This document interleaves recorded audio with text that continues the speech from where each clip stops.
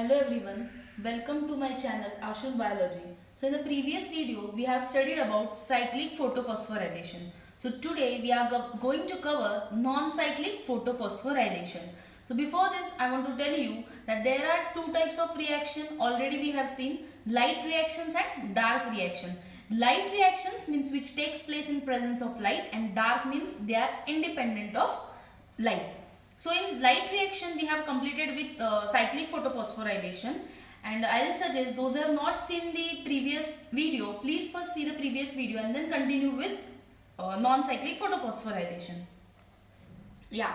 So what is non-cyclic photophosphorylation? So again it is very simple. Again it is a photophosphorylation. It is a process of photophosphorylation, and we know very well now what is photophosphorylation. See, photo means light, phospho means phosphate group, and rylation means addition. So in presence of light, in ADP, inorganic phosphate is added and formation of ATP takes place. So in non-cyclic also ATP formation takes place, and it also requires light.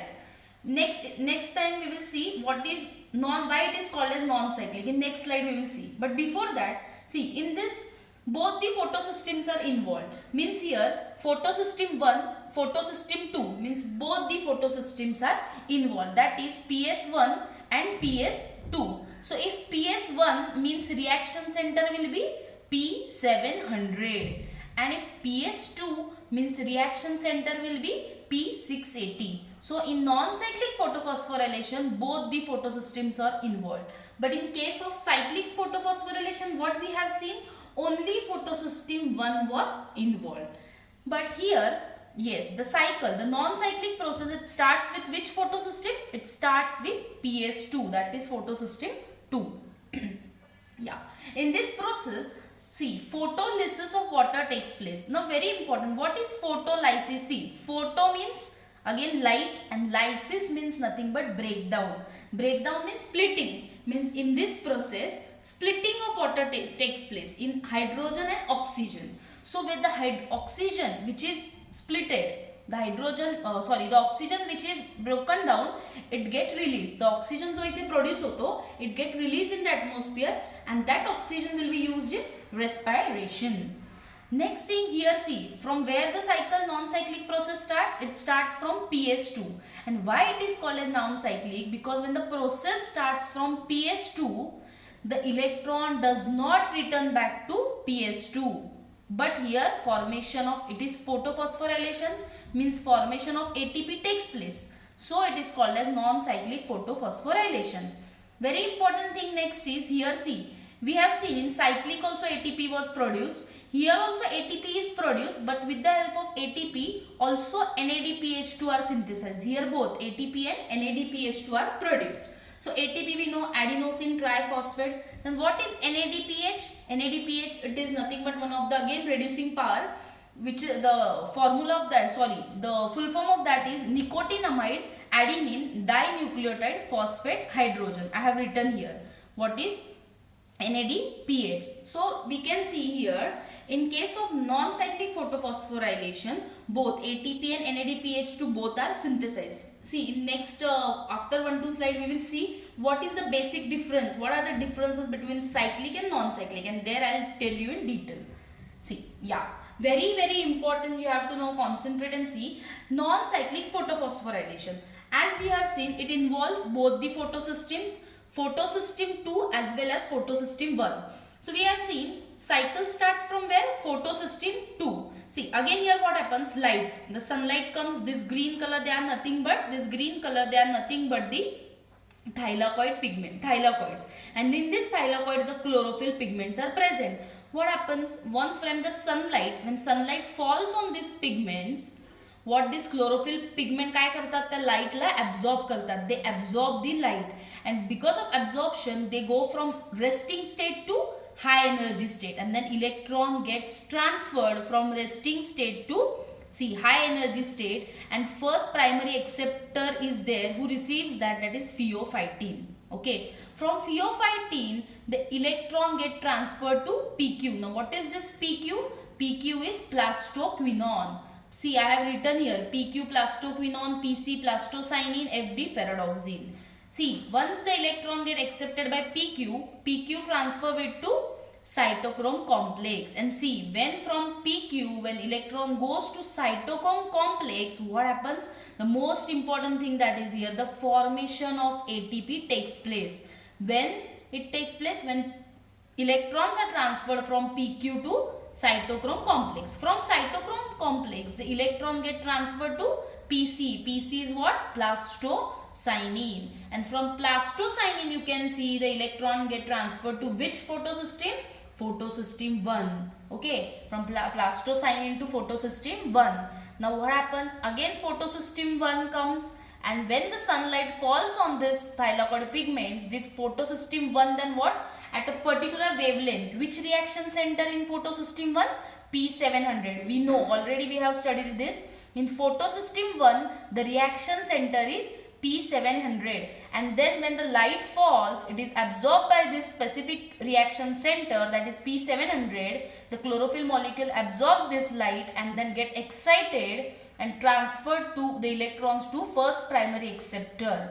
From first primary acceptor to FD, and from FD, see, one of the most important process here takes place is, see, the NADP reductase is there, and we have seen in the previous slide that here ATP as well as NADPH2 formation takes place. So see, with the help of NADP reductase, what happened?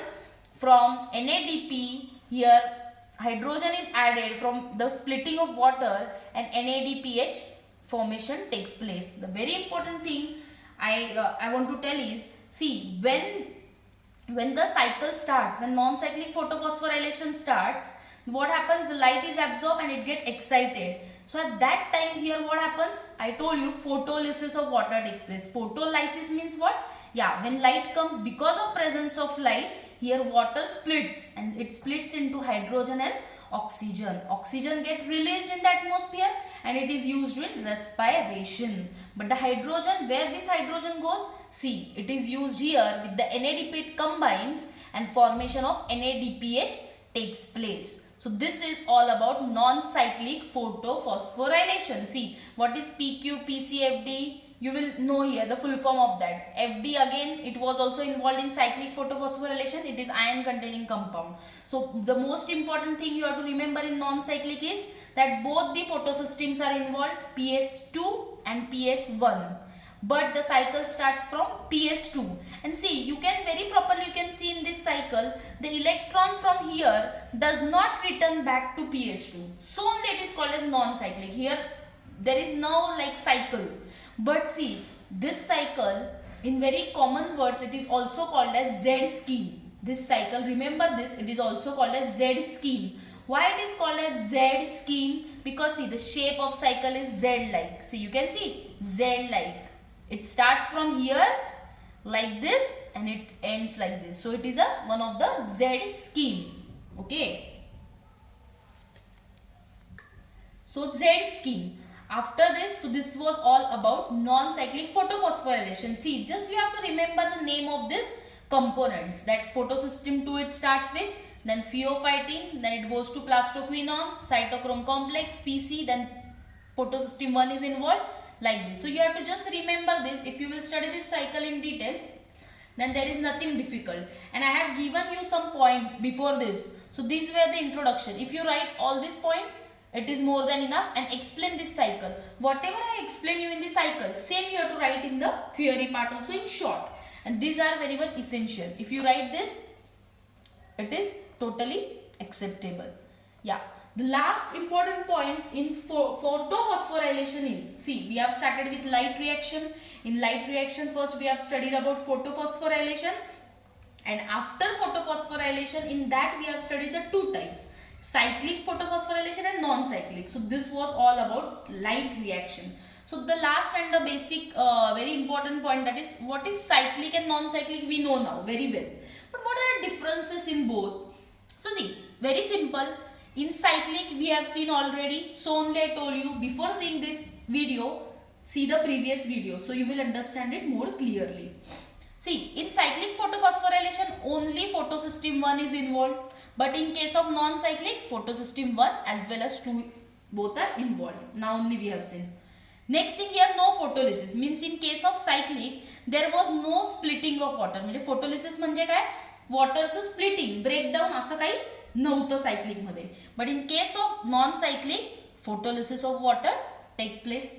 Now just now we have seen, yeah, in cyclic, yeah, why it was called as cyclic, because the electron return back to the reaction center, means electron used to return again back to reaction center, that is PS2, sorry, that was PS1, sorry, in cyclic it is PS1. So electron used to return back to the reaction center. But in case of non-cyclic, electron do not return back. As the name suggests, non-cyclic means there is no such cycle. It is a Z scheme. So here electron do not return back. So this is just some of the 3-4 points of differences of cyclic as well as non-cyclic, and you have to remember this. And the most important thing I have to tell you in this topic of light reaction is that, see, mostly the cyclic or non